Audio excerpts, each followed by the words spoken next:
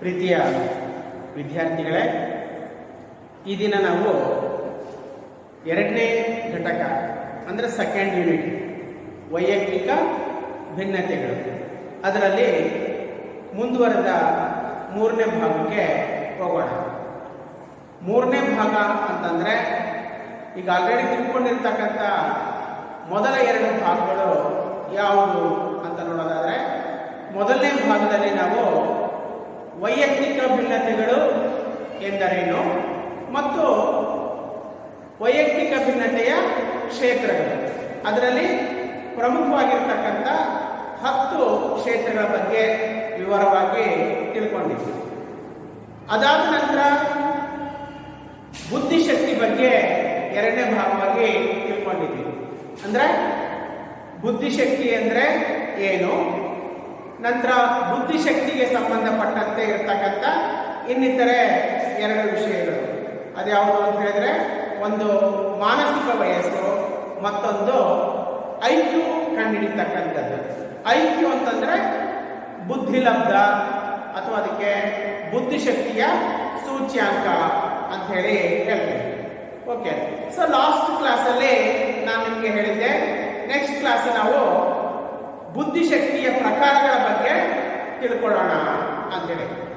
So before going to that, ಆ ವಿಷಯಕ್ಕೆ ಹೋಗೋದಕ್ಕಿಂತ ಮುಂಚೆ ಮತ್ತೊಂದು ಸರಿ ಬುದ್ಧಿಶಕ್ತಿ ಅಂದರೆ ಏನು ಅಂತ ಹೇಳಿದ್ರ ಡೆಫಿನೇಷನ್ ಅನ್ನ ನೆನಪು ಮಾಡ್ಕೊಳ್ಳೋದಾದ್ರೆ, ಲಾಸ್ಟ್ ಕ್ಲಾಸಲ್ಲಿ ನಾನು ಟರ್ಬನ್ ಅವರ ಡೆಫಿನೇಷನ್ ಹೇಳಿದ್ದೆ, ಡೇವಿಡ್ ವೆಸ್ಲರ್ ಅವರ ಡೆಫಿನೇಷನ್ ಹೇಳಿದ್ದೆ, ಇನ್ನೂ 2 ಡೆಫಿನೇಷನ್ಗಳನ್ನ ಹೇಳಿದ್ದೆ.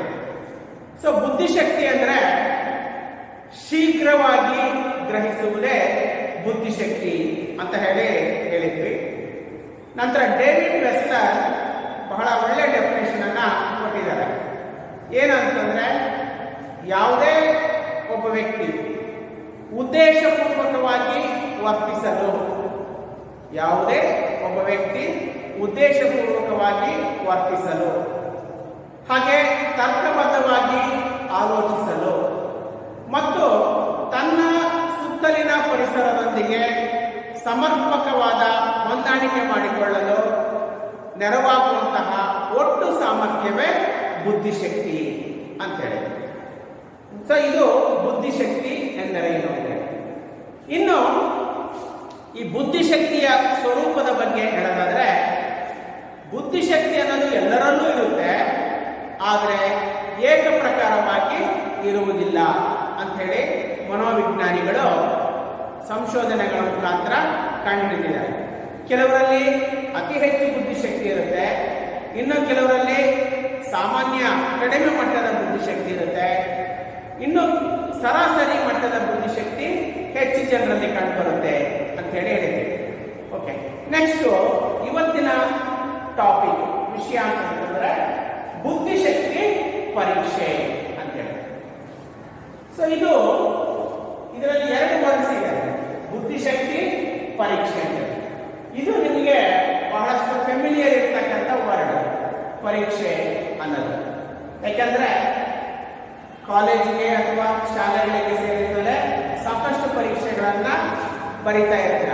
ಯೂನಿಟ್ ಟೆಸ್ಟ್ ಇರ್ಬೋದು, ಮಿಡ್ ಟರ್ಮ್ ಎಕ್ಸಾಮಿನೇಷನ್ ಇರ್ಬೋದು, ಆನ್ಯುವಲ್ ಎಕ್ಸಾಮಿನೇಷನ್ ಇರ್ಬೋದು, ಎಟ್ಸೆಟ್ರಾ. ಬಟ್ ಆ ಪರೀಕ್ಷೆಗಳಿಗೂ ಈ ಪರೀಕ್ಷೆಗೂ ವ್ಯತ್ಯಾಸ ಇದೆ.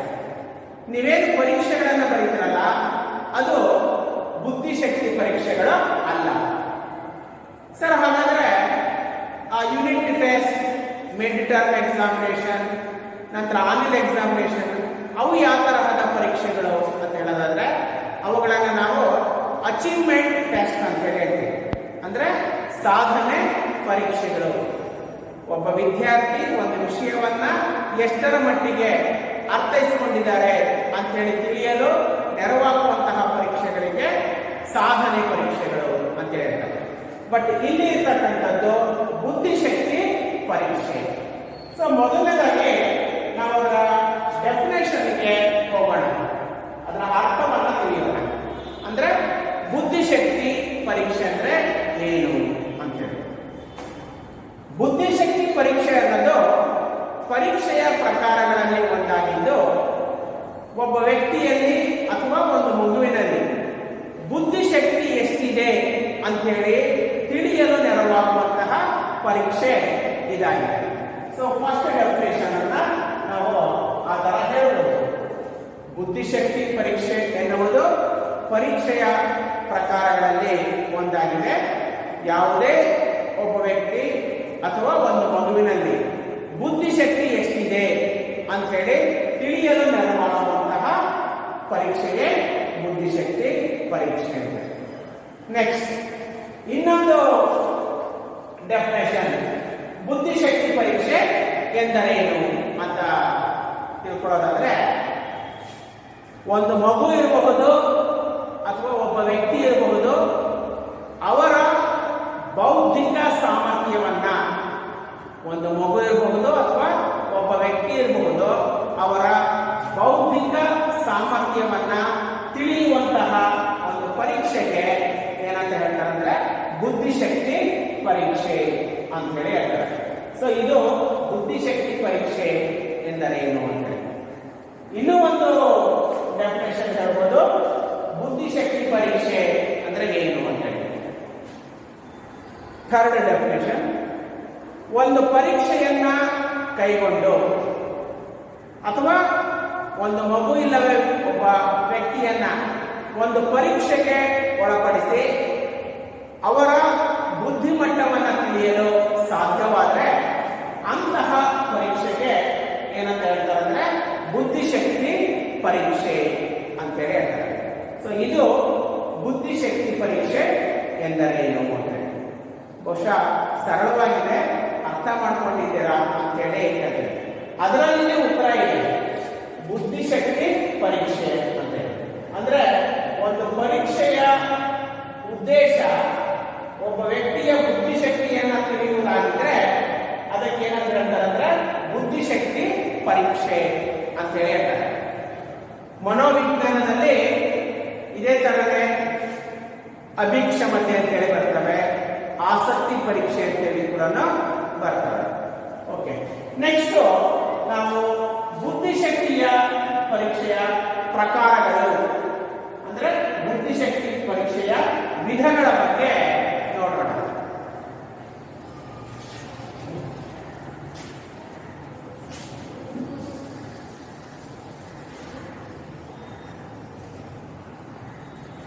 ಏನಿದು ಬುದ್ಧಿಶಕ್ತಿ ಪರೀಕ್ಷೆಯ ಪ್ರಕಾರಗಳು ವಿಧಗಳು ಅಂತ ಹೇಳೋದಾದ್ರೆ, ನಾನು ಡೆಫಿನೇಷನ್ ಹೇಳೋದಕ್ಕಿಂತ ಮುಂಚೆ ಬುದ್ಧಿಶಕ್ತಿಯ ಒಂದು ಲಕ್ಷಣವನ್ನ ಹೇಳಿದೆ. ಏನಂತಂದ್ರೆ ಬುದ್ಧಿಶಕ್ತಿ ಅನ್ನೋದು ಎಲ್ಲರಲ್ಲೂ ಕಂಡು ಬರುತ್ತೆ, ಆದರೆ ಬುದ್ಧಿಶಕ್ತಿಯ ಪ್ರಮಾಣ ಎಲ್ಲರಲ್ಲೂ ಏಕ ಪ್ರಕಾರವಾಗಿ ಇರುವುದಿಲ್ಲ ಅಂತೇಳಿ. ಸೊ ಅದು ಬುದ್ಧಿಶಕ್ತಿಯ ಮೊದಲನೇ ಲಕ್ಷಣ. ಅಂದ್ರೆ ಆ ಲಕ್ಷಣವನ್ನು ಆಧಾರವಾಗಿಟ್ಕೊಂಡೆ ನಾವು ಇನ್ನೊಂದು ಲಕ್ಷಣವನ್ನ ಹೇಳ್ಬೋದು. ಎಲ್ಲರಲ್ಲೂ ಕಂಡು ಬರುತ್ತೆ ಬುದ್ಧಿಶಕ್ತಿ ಅಂದ್ರೆ, ಅಕ್ಷರಸ್ಥರಲ್ಲೂ ಕಂಡು ಬರುತ್ತೆ.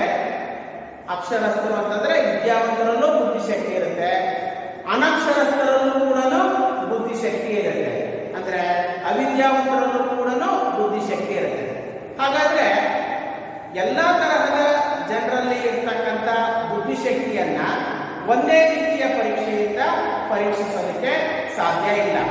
ಹಾಗಾಗಿ ಒಬ್ಬ ವ್ಯಕ್ತಿ ಅಕ್ಷರಸ್ಥನೇ, ಅನಕ್ಷರಸ್ಥನೇ, ಮಗುವೆ ಅಥವಾ ಪ್ರೌಢ ವ್ಯಕ್ತಿಯೇ ಈ ತರ ನೋಡಿಕೊಂಡು ಅದಕ್ಕೆ ತಕ್ಕದಾದ ಪರೀಕ್ಷೆಯನ್ನ ಕೈಗೊಂಡು ಅವರಲ್ಲಿ ಇರ್ತಕ್ಕಂಥ ಬುದ್ಧಿಶಕ್ತಿಯನ್ನ ತಿಳಿಯಬೇಕಾಗ್ತದೆ. ಸೊ ಈ ಒಂದು ಹಿನ್ನೆಲೆಯಲ್ಲಿ ಬುದ್ಧಿಶಕ್ತಿ ಪರೀಕ್ಷೆಯಲ್ಲಿ ಹಲವು ಪ್ರಕಾರಗಳು ಇದಾವೆ. ಅವುಗಳು ಅಂತಂದ್ರೆ ಅವುಗಳನ್ನು ಮುಖ್ಯವಾಗಿ ಎರಡು ಪ್ರಕಾರಗಳಾಗಿ ಗುರುತಿಸಲಾಗಿದೆ. ಬುದ್ಧಿಶಕ್ತಿ ಪರೀಕ್ಷೆಗಳಲ್ಲಿ ಪ್ರಧಾನವಾಗಿ ಅಥವಾ ಪ್ರಮುಖವಾಗಿ ಎರಡು ವಿಧಗಳು. ಮೊದಲನೇದು ಅಂತ ಹೇಳಿದ್ರೆ ಇದು ಇಂಡಿವಿಜುವಲ್ ಇಂಟೆಲಿಜೆನ್ಸಿ ಟೆಸ್ಟ್ ಅಂತ ಹೇಳ್ತಾರೆ. ಅಂದ್ರೆ ವೈಯಕ್ತಿಕ ಬುದ್ಧಿಶಕ್ತಿ ಪರೀಕ್ಷೆ, ಇದು ಒಂದು ಪ್ರಕಾರ. ಇನ್ನೊಂದು ಎರಡನೇ ಪ್ರಕಾರ ಅಂತ ಹೇಳಿದ್ರೆ ಗ್ರೂಪ್ ಇಂಟೆಲಿಜೆನ್ಸ್ ಟೆಸ್ಟ್ ಅಂತ ಹೇಳಿ. ಬುದ್ಧಿಶಕ್ತಿ ಪರೀಕ್ಷೆಯಲ್ಲಿ ಮುಖ್ಯವಾಗಿ ಎರಡು ವಿಧಗಳಿವೆ.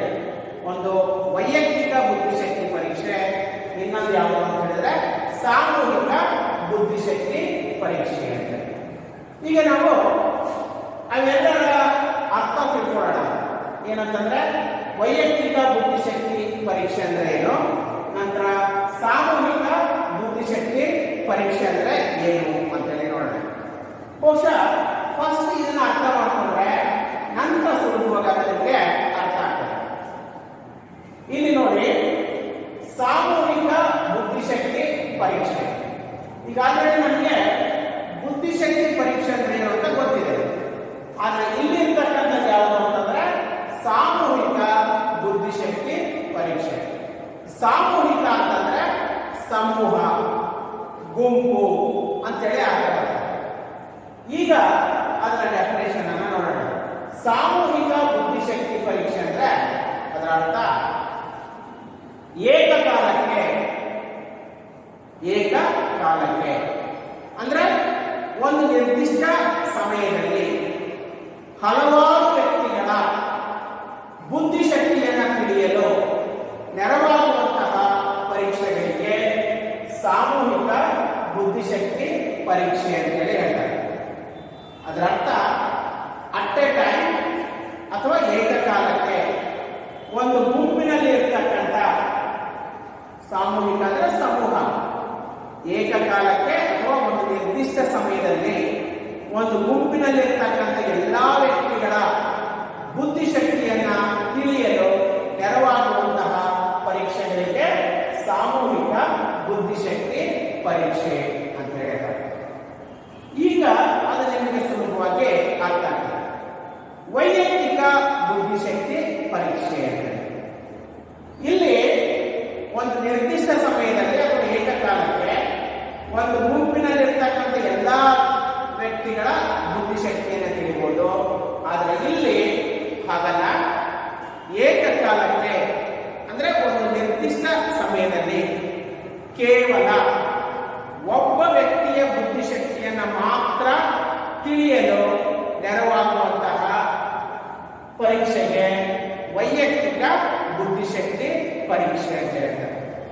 ಮತ್ತೊಂದು ಸರಿ ರಿಪೀಟ್ ಮಾಡ್ತೀನಿ. ಒಂದೇ ಸಮಯದಲ್ಲಿ ಅಥವಾ ಏಕಕಾಲಕ್ಕೆ ಕೇವಲ ಒಬ್ಬ ವ್ಯಕ್ತಿಯ ಬುದ್ಧಿಶಕ್ತಿಯನ್ನ ಮಾತ್ರ ತಿಳಿಯಲು ನೆರವಾಗುವಂತಹ ಪರೀಕ್ಷೆಗೆ ವೈಯಕ್ತಿಕ ಬುದ್ಧಿಶಕ್ತಿ ಪರೀಕ್ಷೆ ಅಂತ ಹೇಳ್ತಾರೆ. ಸೊ ಇದು ವೈಯಕ್ತಿಕ ಬುದ್ಧಿಶಕ್ತಿ ಪರೀಕ್ಷೆ ಅಂದ್ರೆ ಏನು, ಮತ್ತೊಂದು ಸಾಮೂಹಿಕ ಬುದ್ಧಿಶಕ್ತಿ ಪರೀಕ್ಷೆ ಅಂದ್ರೆ ಏನು ಅಂತ. ಇನ್ನು ಇವುಗಳ ಬಗ್ಗೆ ಇನ್ನೂ ಹೆಚ್ಚಿಗೆ ಮಾಹಿತಿಯನ್ನ ತಿಳಿಯೋದಾದ್ರೆ, ಈ ಪರೀಕ್ಷೆಗಳಿಂದ ಕೇವಲ ಒಂದು ಸಮಯದಲ್ಲಿ ಒಬ್ಬ ವ್ಯಕ್ತಿಯ ಬುದ್ಧಿಶಕ್ತಿಯನ್ನ ಮಾತ್ರ ತಿಳ್ಕೋಬಹುದು. ಈ ತರಹದ ಪರೀಕ್ಷೆಗಳಲ್ಲಿ ಏಕಕಾಲಕ್ಕೆ ಅಂದ್ರೆ ಒಂದೇ ಸಮಯದಲ್ಲಿ ಹಲವಾರು ಜನರ ಬುದ್ಧಿಶಕ್ತಿಯನ್ನ ಪರೀಕ್ಷಿಸೋದಕ್ಕೆ ಇಲ್ಲಿ ಸಾಧ್ಯ ಇದೆ. ನಂತರ ಈ ಎರಡು ತರಹದ ಪರೀಕ್ಷೆಗಳಲ್ಲಿ ಮೊದಲು ಬಳಕೆಗೆ ಬಂದಂತ ಪರೀಕ್ಷೆ ಯಾವುದು ಅಂತ ನೋಡೋದಾದ್ರೆ, ವೈಯಕ್ತಿಕ ಬುದ್ಧಿಶಕ್ತಿ ಪರೀಕ್ಷೆ ಇದೆಯಲ್ಲ, ಇವು ಮೊಟ್ಟ ಮೊದಲ ಬಾರಿಗೆ ಬಳಕೆಗೆ ಬಂದಂತಹ ಬುದ್ಧಿಶಕ್ತಿ ಪರೀಕ್ಷೆಗಳು ಆಗಿವೆ. ಮೊಟ್ಟ ಮೊದಲ ಬಾರಿಗೆ ಅಂದ್ರೆ 1905ರಲ್ಲಿ 1905ರಲ್ಲಿ ವೈಯಕ್ತಿಕ ಬುದ್ಧಿಶಕ್ತಿ ಪರೀಕ್ಷೆಗಳು ಅಸ್ತಿತ್ವಕ್ಕೆ ಬಂತು, ಅಥವಾ 1905ರಲ್ಲಿ ವೈಯಕ್ತಿಕ ಬುದ್ಧಿಶಕ್ತಿ ಪರೀಕ್ಷೆಗಳನ್ನ ಬಳಕೆಗೆ ತರಲಾಯಿತು. ವೈಯಕ್ತಿಕ ಬುದ್ಧಿಶಕ್ತಿ ಪರೀಕ್ಷೆಗಳನ್ನ ಕಂಡುಹಿಡಿದವರು ಯಾರು, ಪರಿಚಯಿಸಿದವರು ಯಾರು ಅಂತ ಹೇಳೋದಾದ್ರೆ, ನಾನೀಗ ಆಲ್ರೆಡಿ ಹೇಳಿದ್ದೀನಿ, ಒಬ್ಬ ಹೆಸರಾಂತ ಮನಃಶಾಸ್ತ್ರಜ್ಞ ಅಂದ್ರೆ ಸೈಕಾಲಜಿಸ್ಟ್ ಆಲ್ಫ್ರೆಡ್ ಬೀನೆ, ಫ್ರಾನ್ಸ್ ದೇಶದ ಒಬ್ಬ ಸೈಕಾಲಜಿಸ್ಟ್ ಆಲ್ಫ್ರೆಡ್ ಬೀನೆ ವೈಯಕ್ತಿಕ ಬುದ್ಧಿಶಕ್ತಿ ಪರೀಕ್ಷೆಗಳನ್ನ ಕಂಡುಹಿಡಿದಂಥವರು ಆಗಿದ್ದಾರೆ. ಸೊ ಅವರಿಗೆ, ಆಲ್ಫ್ರೆಡ್ ಬೀನೆ ಅವರಿಗೆ ಏನಂತ ಕರೀತಾರೆ ಅಂತ ಹೇಳಿದ್ರೆ ಬುದ್ಧಿಶಕ್ತಿ ಪರೀಕ್ಷೆಗಳ ಜನಕ ಅಥವಾ ಬುದ್ಧಿಶಕ್ತಿ ಪರೀಕ್ಷೆಗಳ ಪಿತಾಮಹ ಅಂತ ಕೂಡ ಹೇಳ್ತಾರೆ. ವಿದ್ಯಾರ್ಥಿಗಳೇ, ಇಲ್ಲಿ ನನಗೆ ಎಕ್ಸಾಮ್ಗೆ ಬರ್ತಕ್ಕಂಥ ಒಂದು ಪ್ರಶ್ನೆ ನೆನಪಾಗ್ತದೆ. ಬಹಳಷ್ಟು ಪ್ರಶ್ನೆ ಪತ್ರಿಕೆಗಳಲ್ಲಿ ಒಂದು ಅಂಕಕ್ಕೆ ಈ ತರ ಪ್ರಶ್ನಿಸಿದ್ದಾರೆ. ಏನಂತಂದ್ರೆ ಬುದ್ಧಿಶಕ್ತಿ ಪರೀಕ್ಷೆಗಳ ಜನಕ ಯಾರು ಅಥವಾ ಬುದ್ಧಿಶಕ್ತಿ ಪರೀಕ್ಷೆಗಳ ಪಿತಾಮಹ ಯಾರು ಅಂತ. ಆಲ್ಫ್ರೆಡ್ ಬೀನೆ ಮೊಟ್ಟ ಮೊದಲ ಬಾರಿಗೆ ಈ ತರಹದ ಬುದ್ಧಿಶಕ್ತಿ ಪರೀಕ್ಷೆಗಳನ್ನ ರಚನೆ ಮಾಡಿದ್ರಿಂದ ಆಲ್ಫ್ರೆಡ್ ಬೀನೆ ಇವರಿಗೆ ಬುದ್ಧಿಶಕ್ತಿ ಪರೀಕ್ಷೆಗಳ ಪಿತಾಮಹ ಅಂತ ಹೇಳ್ತಾರೆ. ಅವರು 1905ರಲ್ಲಿ ಈ ಪರೀಕ್ಷೆಗಳನ್ನ ರಚನೆ ಮಾಡಿದರು. ಇನ್ನು ಗುಂಪಿಗೆ ಕೈಗೊಳ್ಳುವಂತಹ ಸಾಮೂಹಿಕ ಬುದ್ಧಿಶಕ್ತಿ ಪರೀಕ್ಷೆಗಳು ಯಾವಾಗ ಬಂದವು ಅಂತಂದ್ರೆ ಬಹುಶಃ ನೀವು ಇತಿಹಾಸದಲ್ಲಿ ಓದಿರ್ತೀರ. ಪ್ರಪಂಚದ ಮೊದಲನೇ ಮಹಾಯುದ್ಧ, ಎರಡನೇ ಮಹಾಯುದ್ಧ ಅಂತೇಳಿ ಅವುಗಳಿಗೆ ಜಾಗತಿಕ ಯುದ್ಧಗಳು ಅಂತ ಕೂಡ ಕರೀತಾರೆ. ಸೊ ಆ ಒಂದು ಎರಡನೇ ಮಹಾಯುದ್ಧ ನಡೀತಕ್ಕಂಥ ಸಂದರ್ಭದಲ್ಲಿ ಸಾಮೂಹಿಕ ಬುದ್ಧಿಶಕ್ತಿ ಪರೀಕ್ಷೆಗಳನ್ನ ರಚನೆ ಮಾಡಲಾಯಿತು. ಅಥವಾ ಜಾಗತಿಕ ಮಹಾಯುದ್ಧದ ಸಂದರ್ಭದಲ್ಲಿ ಸೈನ್ಯಕ್ಕೆ ವ್ಯಕ್ತಿಗಳನ್ನ ಆಯ್ಕೆ ಮಾಡ್ಕೋಬೇಕಾಗಿತ್ತು. ಅಂತ ಸಂದರ್ಭದಲ್ಲಿ ಸಾಮೂಹಿಕ ಬುದ್ಧಿಶಕ್ತಿ ಪರೀಕ್ಷೆಗಳನ್ನ ರಚನೆ ಮಾಡಲಾಯಿತು ಅಥವಾ ಆಟವು ಅಸ್ತಿತ್ವಕ್ಕೆ ಬಂದು ಅಂತ ಹೇಳಿದ್ರು. ಇಲ್ಲಿ ವೈಯಕ್ತಿಕ ಬುದ್ಧಿಶಕ್ತಿ ಪರೀಕ್ಷೆಯನ್ನ ಆಲ್ಫ್ರೆಡ್ ಬೀನೆ ರೂಪಿಸಿದ್ರೆ, ಸಾಮೂಹಿಕ ಬುದ್ಧಿಶಕ್ತಿ ಪರೀಕ್ಷೆಗಳನ್ನ ರಚಿಸಿದಂಥವರು ಅಥವಾ ರೂಪಿಸಿದಂಥವರು ಯಾರು ಅಂದ್ರೆ ಆರ್ಥರ್ ಓಟಿಸ್ ಅಂತೇಳಿ. ಆರ್ಥರ್ ಓಟಿಸ್ ಅವರು ಸಾಮೂಹಿಕ ಬುದ್ಧಿಶಕ್ತಿ ಪರೀಕ್ಷೆಗಳನ್ನ ಪರಿಚಯಿಸಿದಂಥವರು ಆಗಿದ್ದಾರೆ. ಈಗ ಎರಡೂ ತರಹದ ಪರೀಕ್ಷೆಗಳು ನಿಮಗೆ ಪರಿಚಯ ಆಗಿದೆ ಅಂತೇಳಿ ಅನ್ಕೋತೀನಿ. ಈ ವೈಯಕ್ತಿಕ ಬುದ್ಧಿಶಕ್ತಿ ಪರೀಕ್ಷೆಗಳು ಫಸ್ಟ್ ಬಳಕೆಗೆ ಬಂದಂಥದ್ದು ಎಲ್ಲಿ ಅಂತಂದ್ರೆ ಫ್ರಾನ್ಸ್ ದೇಶದಲ್ಲಿ. ಸಾಮೂಹಿಕ ಬುದ್ಧಿಶಕ್ತಿ ಪರೀಕ್ಷೆಗಳು ಬಳಕೆಗೆ ಬಂದಂಥದ್ದು ಅಥವಾ ಪರಿಚಯಿಸಿದಂಥದ್ದು ಮೊಟ್ಟ ಮೊದಲಿಗೆ ಎಲ್ಲಿ ಅಂತಂದ್ರೆ ಅಮೆರಿಕಾದಲ್ಲಿ. ಸೊ ಹೀಗೆ ಬುದ್ಧಿಶಕ್ತಿ ಪರೀಕ್ಷೆಗಳಲ್ಲಿ ಮುಖ್ಯವಾಗಿ ಎರಡು ಪ್ರಕಾರಗಳಿವೆ. ವೈಯಕ್ತಿಕ ಬುದ್ಧಿಶಕ್ತಿ ಪರೀಕ್ಷೆ, ಇನ್ನೊಂದು ಸಾಮೂಹಿಕ ಬುದ್ಧಿಶಕ್ತಿ ಪರೀಕ್ಷೆ. ಪುನಃ ಮತ್ತೊಮ್ಮೆ ಈ ಎರಡೂ ಪರೀಕ್ಷೆಗಳನ್ನ ನಾನು ಕೆಳಗಡೆ ಬರೆದಿದ್ದೀನಲ್ಲ ಈ ರೀತಿಯಾಗಿ ವಿಂಗಡಿಸಿದರೆ ಅಥವಾ ಅದರಲ್ಲೇ ಪುನಃ ಪ್ರಕಾರಗಳು ಇದಾವೆ ಅಂತೇಳಿ ಹೇಳ್ಬೋದು.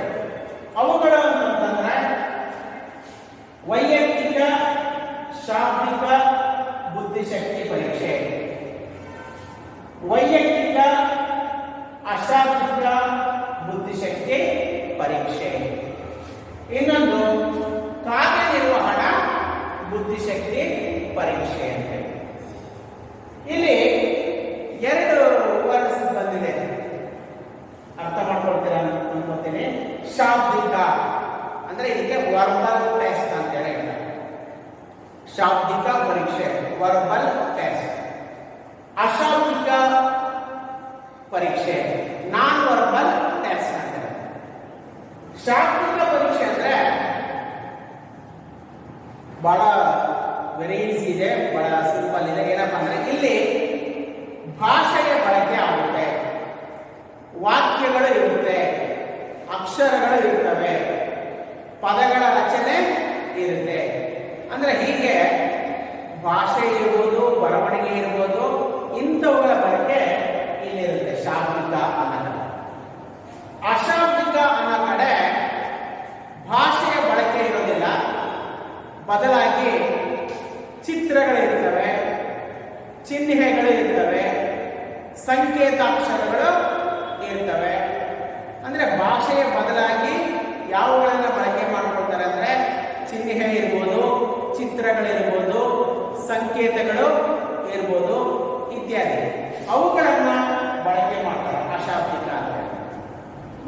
ನಿಮಗೆ ಸುಲಭವಾಗಿ ಅರ್ಥ ಆಗ್ತದೆ. ಅಲ್ಲಿ ಭಾಷೆ ಬಳಕೆ ಆಗ್ತದೆ ಅಂದ್ರೆ ಅದರ ಅರ್ಥ ಅದು ವಿದ್ಯಾವಂತರಿಗೆ ಅಕ್ಷರಸ್ಥರಲ್ಲಿ ಇರ್ತಕ್ಕಂಥ ಬುದ್ಧಿಶಕ್ತಿಯನ್ನ ತಿಳಿಯಲು ಅದನ್ನ ಬಳಸ್ತಾರೆ. ಇಲ್ಲಿ ಭಾಷೆ ಬಳಸೋದಿಲ್ಲ, ಚಿಹ್ನೆ ಬಳಸ್ತಾರೆ, ಚಿತ್ರಗಳನ್ನ ಬಳಸ್ತಾರೆ. ಅಂದ್ರೆ ಇದರ ಅರ್ಥ ಇದು ಅನಕ್ಷರಸ್ಥರಲ್ಲಿ ಇರತಕ್ಕಂಥ ಬುದ್ಧಿಶಕ್ತಿಯನ್ನ ತಿಳಿಯಲು ಈ ತರಹದ ಪರೀಕ್ಷೆಯನ್ನ ಬಳಕೆ ಮಾಡ್ತಾರೆ. ಓಕೆ, ವೈಯಕ್ತಿಕ ಶಾಬ್ದಿಕ ಬುದ್ಧಿಶಕ್ತಿ ಪರೀಕ್ಷೆ ಎಂದರೇನು ಅಂತ ಅದರ ಡೆಫಿನೇಷನ್ ನೋಡೋದಾದ್ರೆ, ವಿದ್ಯಾರ್ಥಿಗಳ ನೀವು ಇಂಡಿವಿಜುವಲ್ ಅಥವಾ ವೈಯಕ್ತಿಕ ಅಂತ ಪದ ಬಂದ್ರೆ ನೀವೇನಂತ ಅರ್ಥ ಮಾಡ್ಕೋಬೇಕು ಅಂದ್ರೆ ಅದನ್ನ ವ್ಯಕ್ತಿಯ ಅಂತೇಳಿ ಅರ್ಥ ಮಾಡ್ಕೋಬೇಕು. ಇಂಡಿವಿಜುವಲ್, ವೈಯಕ್ತಿಕ ಅಂದ್ರೆ ಅದರ ಅರ್ಥ ವ್ಯಕ್ತಿಯ ಅಂತೇಳಿ. ವೈಯಕ್ತಿಕ ಶಾಬ್ದಿಕ ಬುದ್ಧಿಶಕ್ತಿ ಪರೀಕ್ಷೆ ಅಂದ್ರೆ ಒಂದು ಸಮಯದಲ್ಲಿ ಭಾಷೆಯನ್ನ, ಬರವಣಿಗೆಯನ್ನ, ವಾಕ್ಯಗಳನ್ನ, ಪದಗಳನ್ನ ಬಳಕೆ ಮಾಡುವ ಮುಖಾಂತರ ಕೇವಲ ಒಬ್ಬ ವ್ಯಕ್ತಿಯ ಬುದ್ಧಿಶಕ್ತಿಯನ್ನು ತಿಳಿಯಲು ನೆರವಾಗುವಂತಹ ಪರೀಕ್ಷೆಗೆ ವೈಯಕ್ತಿಕ ಶಾಬ್ದಿಕ ಬುದ್ಧಿಶಕ್ತಿ ಪರೀಕ್ಷೆ ಅಂತೇಳಿ ಹೇಳ್ತಾರೆ. ಮತ್ತೊಂದು ಸಾರಿ ರಿಪೀಟ್ ಮಾಡ್ತೀನಿ, ಇದ್ರ ಕಡೆ ಕಾನ್ಸಂಟ್ರೇಟ್ ಮಾಡಿ. ಶಾಬ್ದಿಕ ಅನ್ನೋದ್ರ ಕಡೆ ಭಾಷೆ ಅಂದರೆ ವಾಕ್ಯಗಳು, ಪದಗಳು, ಪದಪುಂಜ ಇಂಥವುಗಳನ್ನ ಬಳಕೆ ಮಾಡಿಕೊಂಡು ಏಕಕಾಲಕ್ಕೆ ಒಬ್ಬ ವ್ಯಕ್ತಿಯ ಬುದ್ಧಿಶಕ್ತಿಯನ್ನ ತಿಳಿಯಲು ನೆರವಾಗುವಂತಹ ಪರೀಕ್ಷೆಗೆ ವೈಯಕ್ತಿಕ ಶಾಬ್ದಿಕ ಬುದ್ಧಿಶಕ್ತಿ ಪರೀಕ್ಷೆ ಅಂತೇಳಿ ಹೇಳ್ತಾರೆ. ಇನ್ನು ವೈಯಕ್ತಿಕ ಬುದ್ಧಿಶಕ್ತಿ ಪರೀಕ್ಷೆಗಳಲ್ಲಿ ಎರಡಿದೆ. ಇದು ಒಂದನೇ ಪ್ರಕಾರ ಅಂದ್ರೆ ವೈಯಕ್ತಿಕ ಬುದ್ಧಿಶಕ್ತಿ ಪರೀಕ್ಷೆಗಳಲ್ಲಿ ಇದು ಎರಡನೇ. ಯಾವುದು ಅಂತ ಹೇಳಿದ್ರೆ ವೈಯಕ್ತಿಕ ಅಶಾಬ್ದಿಕ ಬುದ್ಧಿಶಕ್ತಿ ಪರೀಕ್ಷೆ. ಸೊ ಈಗ ನಾವು ಇದರ ಡೆಫಿನೇಷನ್ ಅನ್ನು ನೋಡೋಣ. ಈ ಕಡೆ ಈ ವರ್ಡ್ ಮೇಲೆ ಕಾನ್ಸಂಟ್ರೇಟ್ ಮಾಡೋದಾದ್ರೆ, ಭಾಷೆಯ ಬಳಕೆ ಇಲ್ಲದೆ ಚಿತ್ರಗಳಿರ್ಬೋದು, ಚಿಹ್ನೆಗಳಿರ್ಬೋದು ಅಥವಾ ಇತರೆ ಸಂಕೇತ ಅಂದ್ರೆ ಸಿಂಬಲ್ಸ್, ಈ ತರದವುಗಳನ್ನ ಬಳಕೆ ಮಾಡಿಕೊಂಡು ಏಕಕಾಲಕ್ಕೆ ಒಬ್ಬ ವ್ಯಕ್ತಿಯ ಬುದ್ಧಿಶಕ್ತಿಯನ್ನ ತಿಳಿಯಲು ನೆರವಾಗುವಂತಹ ಪರೀಕ್ಷೆಗೆ ಏನಂತ ಹೇಳ್ತಾರೆ ಅಂದ್ರೆ ವೈಯಕ್ತಿಕ ಅಶಾಬ್ದಿಕ ಬುದ್ಧಿಶಕ್ತಿ ಪರೀಕ್ಷೆ ಅಂತೇಳಿ ಹೇಳ್ತಾರೆ. ಸೊ ನೀವು ಸುಲಭವಾಗಿ ನೆನಪಿಟ್ಕೋಬೇಕು ಅಂದ್ರೆ ವೈಯಕ್ತಿಕ ಬುದ್ಧಿಶಕ್ತಿ ಪರೀಕ್ಷೆಗಳಲ್ಲಿ ಇದು ಅಕ್ಷರಸ್ಥರಿಗೆ ಕೈಗೊಳ್ಳುವಂತಹ ಪರೀಕ್ಷೆ ವೈಯಕ್ತಿಕ ಶಾಬ್ದಿಕ ಬುದ್ಧಿಶಕ್ತಿ ಪರೀಕ್ಷೆ.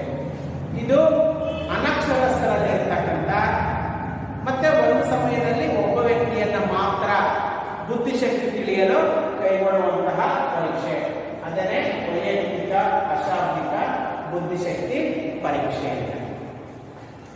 ಇನ್ನು ವೈಯಕ್ತಿಕ ಬುದ್ಧಿಶಕ್ತಿ ಪರೀಕ್ಷೆಗಳಲ್ಲಿ ಮೂರನೇ ಪ್ರಕಾರ ಇದೆ. ಅದ್ಯಾವುದು ಅಂತ ಹೇಳಿದ್ರೆ ಕಾರ್ಯ ನಿರ್ವಹಣಾ ಬುದ್ಧಿಶಕ್ತಿ ಪರೀಕ್ಷೆ ಅಂತ. ಕಾರ್ಯ ನಿರ್ವಹಣಾ ಬುದ್ಧಿಶಕ್ತಿ ಪರೀಕ್ಷೆ, ಇದಕ್ಕೆ ಪರ್ಫಾರ್ಮೆನ್ಸ್ ಟೆಸ್ಟ್ ಅಂತೇಳಿ ಹೇಳ್ತಾರೆ. ಕಾರ್ಯನಿರ್ವಹಣಾ ಬುದ್ಧಿಶಕ್ತಿ ಪರೀಕ್ಷೆ. ಇಲ್ಲಿ ನೀವು ನೋಡಿ, ಕಾರ್ಯ ಅಂತಂದ್ರೆ ಕೆಲಸ ಅಥವಾ ಚಟುವಟಿಕೆ ಅಂತ ಕೂಡ ಅರ್ಥ ಬರ್ತದೆ. ನಿರ್ವಹಣೆ ಅಂತಂದ್ರೆ ಅದನ್ನ ಕಾರ್ಯರೂಪಕ್ಕೆ ತರ್ತಕ್ಕಂಥದ್ದು ಅಥವಾ ಚಟುವಟಿಕೆಯನ್ನ ನಿರ್ವಹಿಸತಕ್ಕಂಥದ್ದು.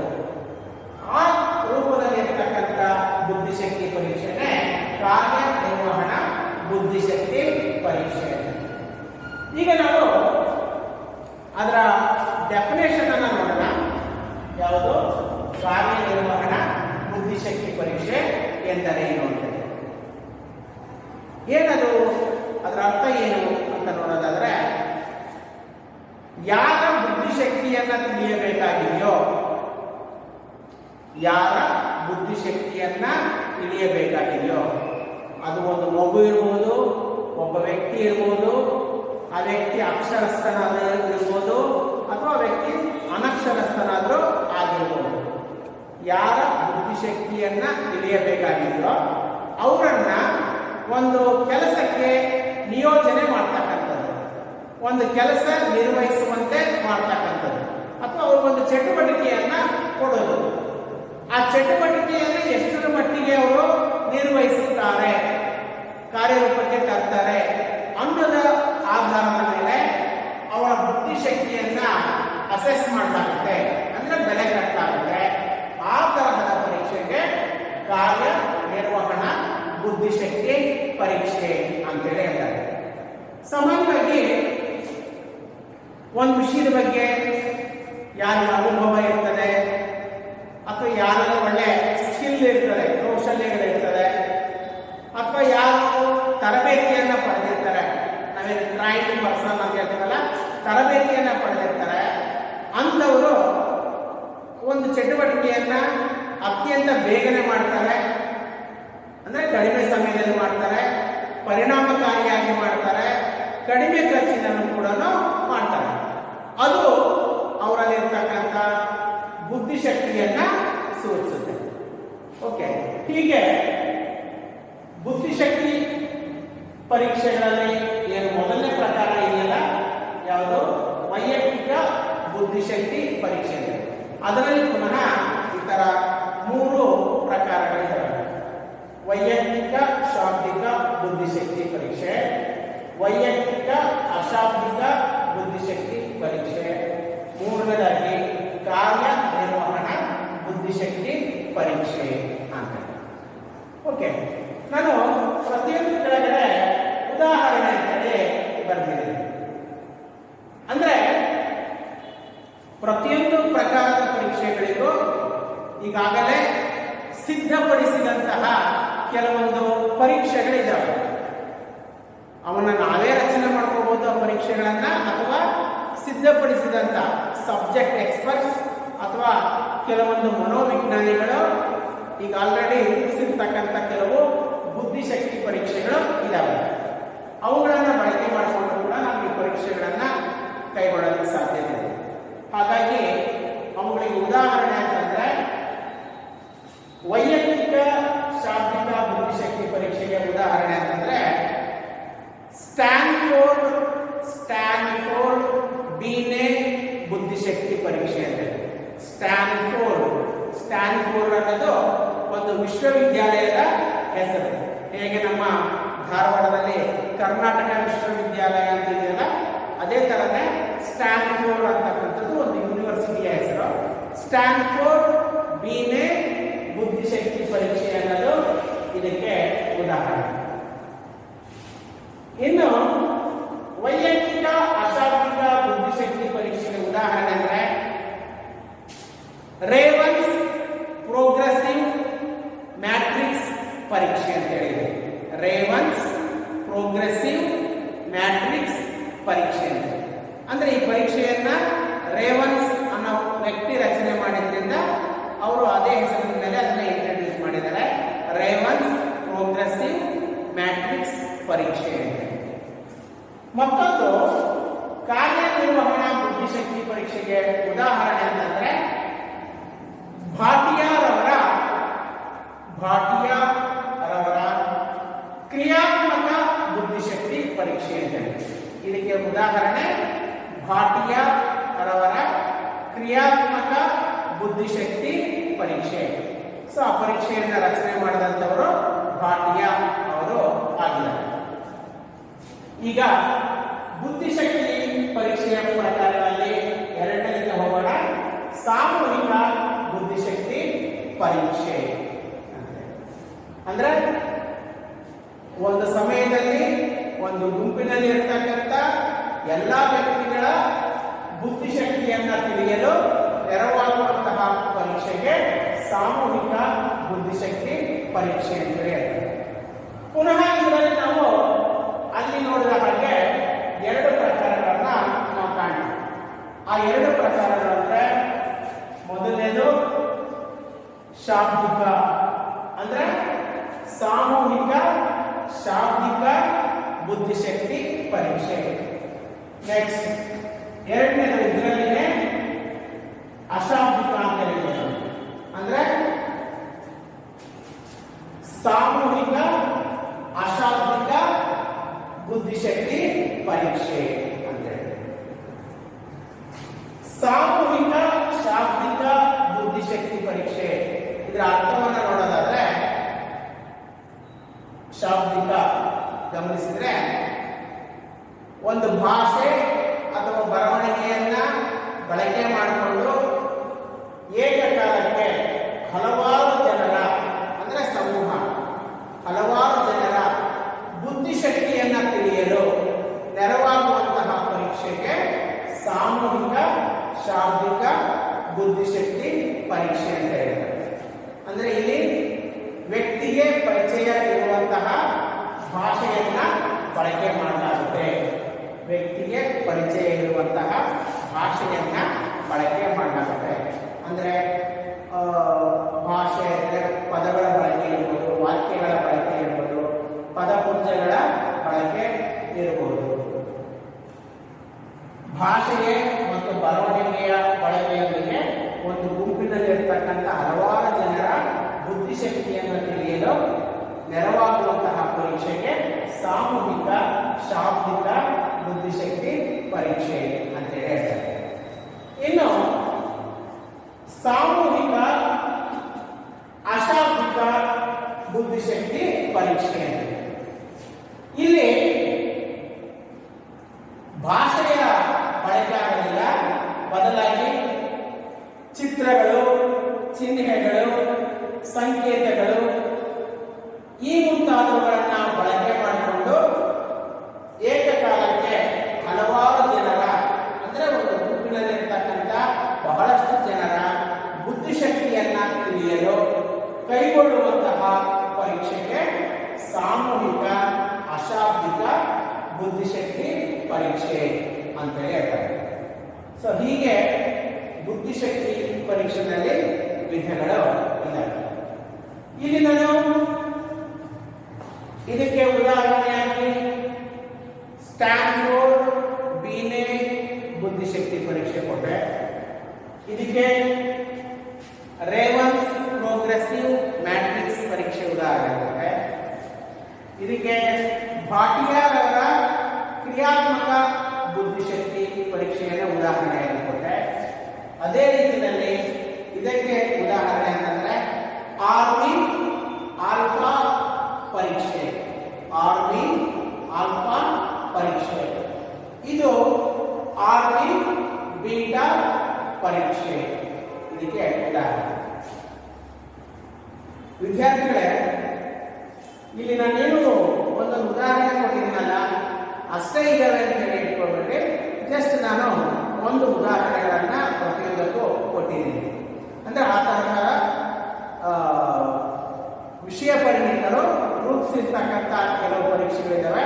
ಆ ಪರೀಕ್ಷೆಗಳನ್ನ ಬಳಕೆ ಮಾಡಿಕೊಂಡು ನಾವು ಒಬ್ಬ ವ್ಯಕ್ತಿಯಲ್ಲಿರ್ತಕ್ಕಂಥ ಬುದ್ಧಿಶಕ್ತಿಯನ್ನು ತಿಳಿಯಲಿಕ್ಕೆ ಸಾಧ್ಯ ಆಗ್ತದೆ.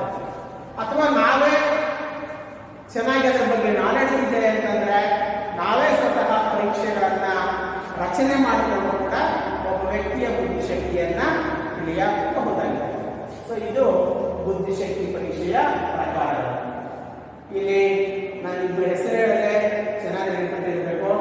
ಆಲ್ಫ್ರೆಡ್ ಬೀನೆ ಅವರನ್ನ ಏನಂತ ಕರೀತಾರೆ? ಬುದ್ಧಿಶಕ್ತಿ ಪರೀಕ್ಷೆಗಳ ಜನಕ ಅಥವಾ ಬುದ್ಧಿಶಕ್ತಿ ಪರೀಕ್ಷೆಗಳ ಪಿತಾಮಹ ಅಂತ ಕೂಡ ಕರೀತಾರೆ. ಈ ತರಹದ ಪರೀಕ್ಷೆಗಳನ್ನ ರಚನೆ ಮಾಡಿದಂಥವರು ಅಮೆರಿಕದ ವ್ಯಕ್ತಿ ಆರ್ಥರ್ ಓಟಿಸ್. ಈಗ ನಾವು ಬುದ್ಧಿಶಕ್ತಿ ಪರೀಕ್ಷೆಗಳಲ್ಲಿ ಮೊದಲನೇದಾಗಿ ಅದರ ಅರ್ಥವನ್ನ ತಿಳ್ಕೊಂಡ್ವಿ, ನಂತರ ಅದರ ಪ್ರಕಾರಗಳನ್ನ ತಿಳ್ಕೊಂಡ್ವಿ. ನೆಕ್ಸ್ಟ್ ಮುಂದುವರೆದಂತೆ ಇನ್ನೊಂದು ವಿಷಯಕ್ಕೆ ಹೋಗೋಣ. ಅದು ಯಾವುದು ಅಂತ ಹೇಳಿದ್ರೆ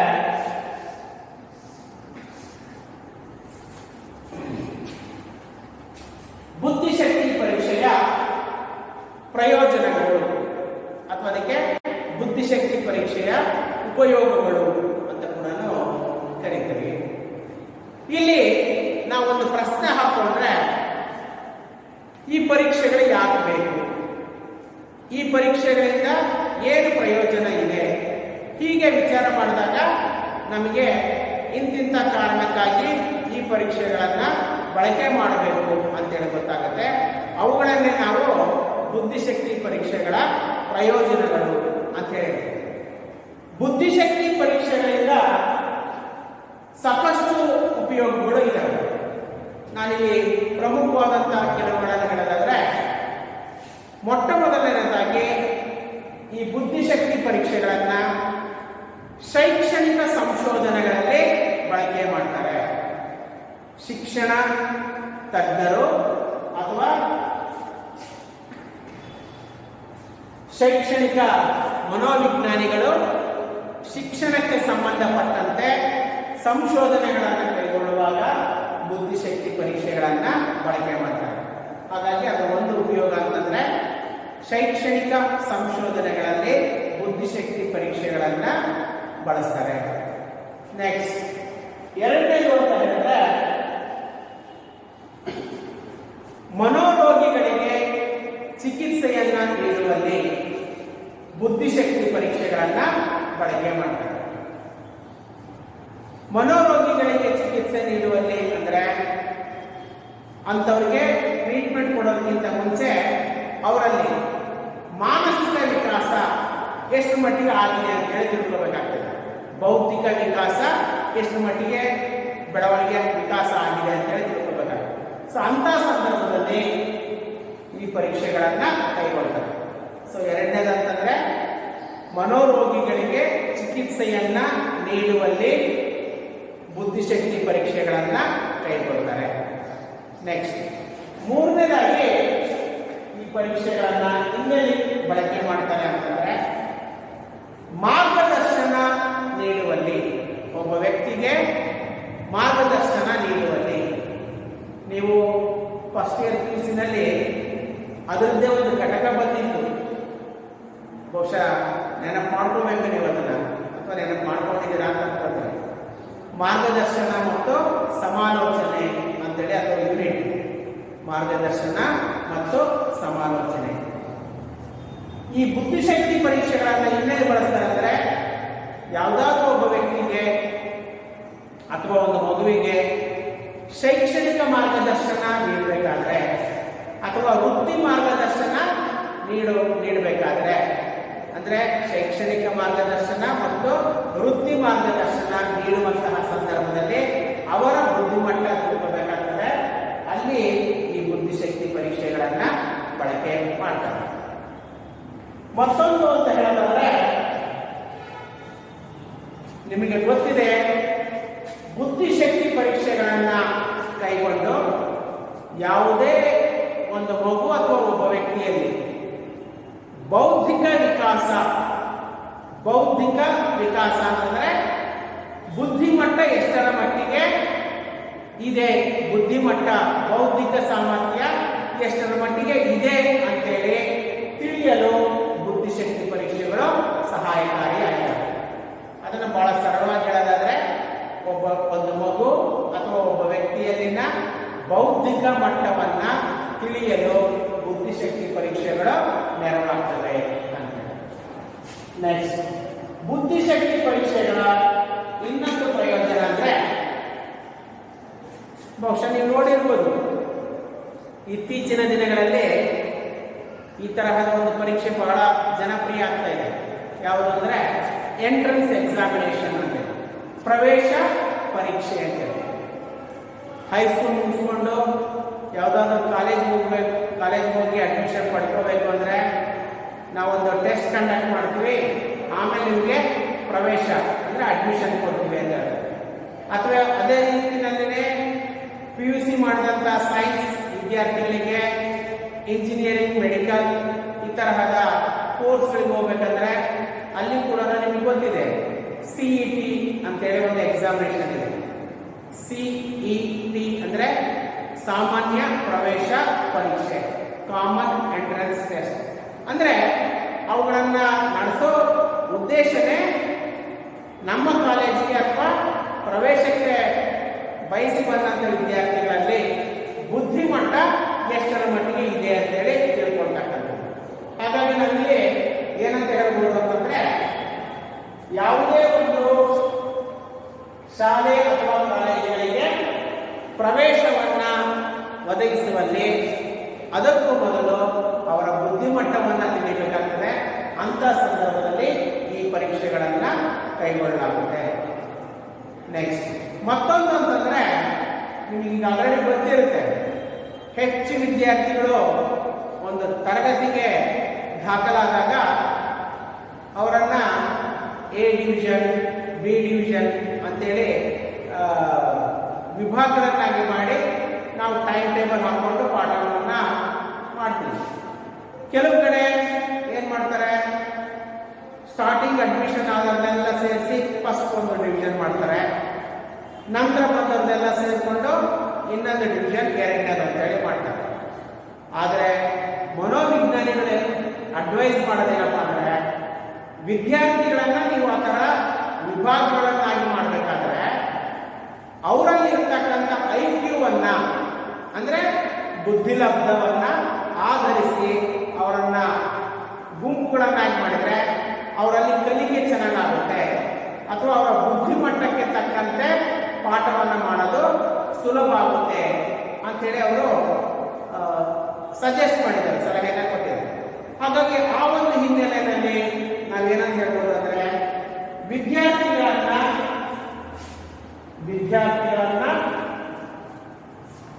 ಬೇರೆ ಬೇರೆ ವಿಭಾಗಗಳನ್ನಾಗಿ ವರ್ಗೀಕರಣ ಮಾಡಿ ಬೋಧನೆಯನ್ನು ಕೈಗೊಳ್ಳಬೇಕಾದರೆ ಬುದ್ಧಿಶಕ್ತಿ ಪರೀಕ್ಷೆಗಳನ್ನು ಬಳಕೆ ಮಾಡ್ತಾರೆ. ಅದರರ್ಥ ಬುದ್ಧಿಶಕ್ತಿ ಪರೀಕ್ಷೆಗಳನ್ನು ಕೈಗೊಂಡು ವಿದ್ಯಾರ್ಥಿಗಳನ್ನು ಅವರ ಬುದ್ಧಿಮಟ್ಟ ಆಧರಿಸಿ ಅವರನ್ನು ಬೇರೆ ಬೇರೆ ವಿಭಾಗಗಳು ಅಥವಾ ಗುಂಪುಗಳನ್ನಾಗಿ ಮಾಡೋದಕ್ಕೆ ನೆರವಾಗ್ತದೆ. ಅದು ಒಂದು ಪ್ರಯೋಜನ. ಇನ್ನೂ ಒಂದು ಅಂತ ಹೇಳಿದ್ರೆ, ಬುದ್ಧಿಶಕ್ತಿ ಪರೀಕ್ಷೆಯ ಮತ್ತೊಂದು ಪ್ರಯೋಜನ, ಉಪಯೋಗ ಅಂತ ಹೇಳೋದಾದ್ರೆ, ಬೇರೆ ಬೇರೆ ಕೆಲಸ ಕಾರ್ಯಗಳನ್ನು ಅಥವಾ ಜವಾಬ್ದಾರಿಗಳನ್ನು ವಹಿಸಿಕೊಡ್ಬೇಕಾದ್ರೆ ಅವಾಗೂ ಸಹ ಬುದ್ಧಿಶಕ್ತಿ ಪರೀಕ್ಷೆಗಳು ನೆರವಾಗ್ತವೆ. ಈಗ ನಾವು ಒಂದು ವರ್ಕನ್ನು, ಒಂದು ಜವಾಬ್ದಾರಿಯನ್ನು ಯಾರಿಗಾದ್ರೂ ವಹಿಸಿಕೊಟ್ಟಾಗ ಆ ವ್ಯಕ್ತಿ ಆ ಕೆಲಸವನ್ನು ಅಥವಾ ಜವಾಬ್ದಾರಿಯನ್ನು ಸಮರ್ಪಕವಾಗಿ ಮತ್ತು ಸಮರ್ಥವಾಗಿ ನಿರ್ವಹಿಸಬೇಕು ಅಂತಂದರೆ ಯಾವಾಗ ಸಾಧ್ಯ ಆಗ್ತದೆ? ಅವನಲ್ಲಿ ಇರ್ತಕ್ಕಂಥ ಬುದ್ಧಿಮಟ್ಟ ಮತ್ತು ಸಾಮರ್ಥ್ಯಕ್ಕೆ ತಕ್ಕದಾದ ಕೆಲಸವನ್ನು ಕೊಟ್ಟಾಗ ಸುಲಭವಾಗಿ ಮಾಡ್ತಾನೆ, ಅಚ್ಚುಕಟ್ಟಾಗಿ ಕೂಡ ಮಾಡ್ತಾನೆ. ಹಾಗಾಗಿ ನಾವು ಯಾವುದೇ ಒಬ್ಬ ವ್ಯಕ್ತಿಗೆ ಅಥವಾ ವ್ಯಕ್ತಿಗಳಿಗೆ ಜವಾಬ್ದಾರಿಗಳನ್ನು ವಹಿಸಿಕೊಡ್ಬೇಕಾದ್ರೆ ಮೊದಲು ನಾವು ಅವರಲ್ಲಿ ಇರ್ತಕ್ಕಂಥ ಬುದ್ಧಿಶಕ್ತಿಯನ್ನು ತಿಳಿಬೇಕಾಗ್ತದೆ. ಹಾಗಾಗಿ ಜವಾಬ್ದಾರಿಗಳನ್ನು ವಹಿಸಿಕೊಡುವ ಸಂದರ್ಭದಲ್ಲಿ ಬುದ್ಧಿಶಕ್ತಿ ಪರೀಕ್ಷೆಗಳನ್ನು ಬಳಕೆ ಮಾಡಲಾಗ್ತದೆ. ನೆಕ್ಸ್ಟ್ ಮತ್ತೊಂದು ಅಂತ ಹೇಳೋದಾದ್ರೆ, ಈ ಬುದ್ಧಿಶಕ್ತಿ ಪರೀಕ್ಷೆಗಳನ್ನು ಪುನಃ ಇನ್ನೇನು ಕೈಗೊಳ್ತಾರೆ ಅಂತಂದ್ರೆ, ಒಂದು ಮಗುವಿನ ಕಲಿಕೆಯ ದೌರ್ಬಲ್ಯಗಳನ್ನು ಅಥವಾ ಕಲಿಕೆಯ ದೋಷಗಳನ್ನು ಗುರುತಿಸಲು ಮತ್ತು ಅವುಗಳಿಗೆ ಪರಿಹಾರವನ್ನು ಒದಗಿಸಿಕೊಡ್ಬೇಕಾದ್ರೆ ಬುದ್ಧಿಶಕ್ತಿ ಪರೀಕ್ಷೆಗಳನ್ನು ಆ ಸಂದರ್ಭದಲ್ಲಿ ಬಳಸ್ತಾರೆ.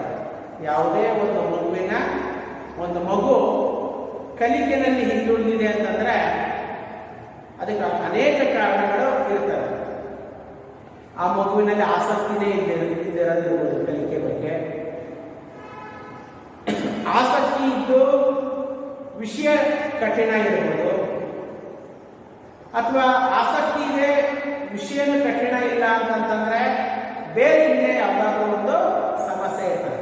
ಅಂದ್ರೆ ಕಲಿಕೆಯ ದೌರ್ಬಲ್ಯಗಳು ಅಥವಾ ಕಲಿಕೆಯ ಸಮಸ್ಯೆಗಳನ್ನು ಗುರುತಿಸುವಲ್ಲಿ ಬುದ್ಧಿಶಕ್ತಿ ಪರೀಕ್ಷೆಗಳನ್ನು ಬಳಸಲಾಗುತ್ತೆ.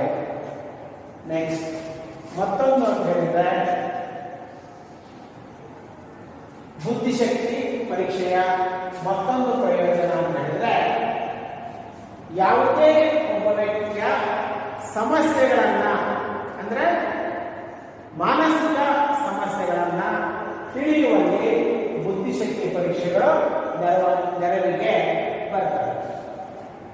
ಹೀಗೆ ಬುದ್ಧಿಶಕ್ತಿ ಪರೀಕ್ಷೆಗಳಲ್ಲಿ ಅಥವಾ ಬುದ್ಧಿಶಕ್ತಿ ಪರೀಕ್ಷೆಯಿಂದ ಸಾಕಷ್ಟು ಪ್ರಯೋಜನಗಳಿದ್ದಾವೆ.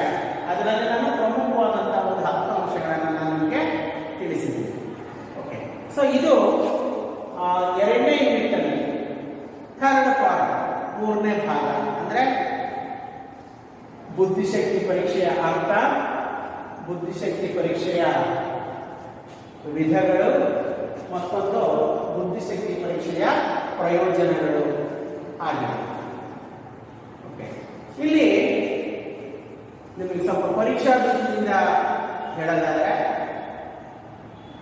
1 ಅಂಕದ ಪ್ರಶ್ನೆ ಬರೋ ಸಾಧ್ಯತೆ ಇದೆ, 5 ಅಂಕದ ಪ್ರಶ್ನೆ ಬರೋ ಸಾಧ್ಯತೆ ಇದೆ ಮತ್ತು 10 ಅಂಕದ ಪ್ರಶ್ನೆ ಕೂಡ ಬರೋ ಸಾಧ್ಯತೆ ಇದೆ.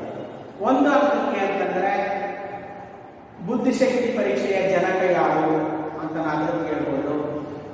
ಬುದ್ಧಿಶಕ್ತಿ ಪರೀಕ್ಷೆ ಎಂದರೇನು ಅಂತ ಕೂಡ ಪ್ರಶ್ನಿಸಬಹುದು. ಇನ್ನು 10 ಅಂಕಕ್ಕೆ ಅಂತಂದ್ರೆ ಬುದ್ಧಿಶಕ್ತಿ ಪರೀಕ್ಷೆ ಎಂದರೇನು, ಅದರ ವಿಧಗಳನ್ನ ಪ್ರಕಾರಗಳನ್ನ ಉದಾಹರಣೆ ಸಹಿತ ವಿವರಿಸಿ ಅಂತೇಳಿ ಕೇಳ್ತಾರೆ. ಸೊ ಅವಾಗ ಎಲ್ಲವೂ ವಿವರಣೆಯನ್ನು ಬರೀಬೇಕಾಗ್ತದೆ, ಪ್ರತಿಯೊಂದಕ್ಕೂ ಉದಾಹರಣೆಗಳನ್ನು ಕೂಡ ನೀವು ಕೊಡಬೇಕಾಗ್ತದೆ. ಇನ್ನು 3ನೇದಾಗಿ ಅಂತಂದ್ರೆ